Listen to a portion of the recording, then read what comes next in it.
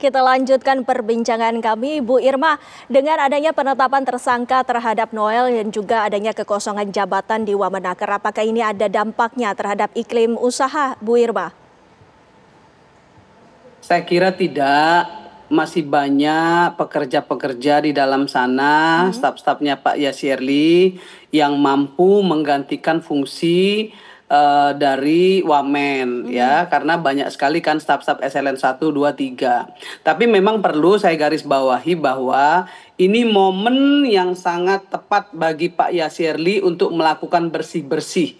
Dengan adanya 3 kasus di Kementerian Tenaga Kerja ini, saya melihat banyak sekali rupanya tikus-tikus ya, tikus-tikus yang kotor, yang bermain-main dengan dengan ketenaga kerjaan ini. Padahal sama-sama kita tahu Departemen Tenaga Kerja ini betul-betul sangat dibutuhkan bagi masyarakat ya, untuk bisa memberikan informasi pekerjaan, menyelamatkan pekerjaan, dan kemudian membuka lapangan pekerja bersama kementerian-kementerian yang lain. Nah, saya sekali lagi ingin menyampaikan kepada Pak Presiden, dan saya yakin Pak Presiden juga memahami hari ini bahwa di dalam sana banyak sekali yang harus dibersihkan, banyak sekali yang harus dibenahi. Dan saya minta sekali lagi sebagai anggota Komisi 9 kepada Menteri Tenaga Kerja yang sekarang, Pak Yasirli, untuk melakukan bersih-bersih ya, dari orang-orang yang udah karatan ini, yang udah di dalam ini udah sekian lama ini ya, yang saling tumpuk menumpuk, tindih menindih, nggak pernah kebongkar keluar. Dan dengan adanya kasus Noel ini, kita sama-sama tahu ternyata di sana banyak tikus-tikus gudangnya ya, dan itu menjadi hikmah juga menurut saya bagi Pak Prabowo untuk bisa melakukan bersih-bersih di Kementerian Tenaga Kerja ini. Dan saya yakin insya Allah ya, dengan kepercayaan yang akan diberikan Pak Prabowo kepada penggantinya nanti akan menjadi kaca. Dia akan berkaca terhadap apa yang sudah dialami Noel. Dan untuk itu kami sebagai mitra tentu memberikan supporting yang besar kepada Pak Yasirli maupun kepada Pak Prabowo untuk bisa melakukan bersih-bersih agar ya Kementerian Tenaga Kerja ini bisa betul-betul menjadi pembantu presiden yang bisa mengejawantahkan ya, mengejawantahkan sekali lagi apa yang diinginkan presiden dalam rangka menyelesaikan tupoksi-tupoksi yang memang menjadi tanggung jawab mereka. Baik, Bu Irma, pemberantasan korupsi dan juga peperangan terhadap korupsi ini merupakan salah satu yang menjadi agenda besar dari Presiden Prabowo Subianto. Tapi Prof, kita ketahui bersama bahwa secara data indeks korupsi ini masih tinggi. Ini menurut Anda seperti apa?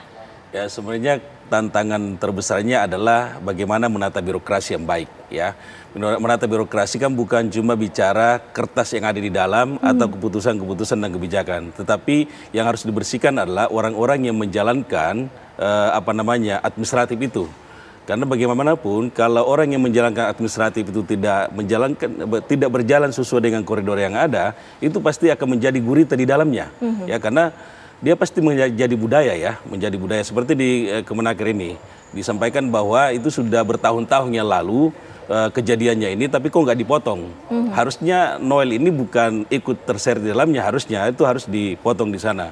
Jadi saya setuju dengan Mbak Irma tadi, memang harus ada bersih-bersih di dalam kementerian ini, karena bagaimanapun juga orang-orang yang di dalam birokrasi kita hari ini atau di kementerian atau pembantu presiden yang tidak sesuai dengan koridor, yang tidak sesuai dengan komitmen Pak Prabowo untuk membersihkan institusi ya dari korupsi, saya kira akan menjadi gurita sepanjang masa gitu.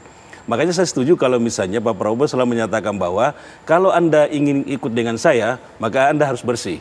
Nah, harusnya memang Pak Prabowo pasti sudah mendeteksi yang disebutkan bersih itu, pasti kabinetnya sudah diberikan informasi. Ini katakan bersih itu Anda harus melakukan ini, menjalankan ini, kan begitu. Nah, tiba-tiba mungkin dalam perjalanannya ada satu hal yang tidak sesuai dengan koridor yang ada, itu langsung dipecat. Saya setuju dengan Pak Prabowo hari ini.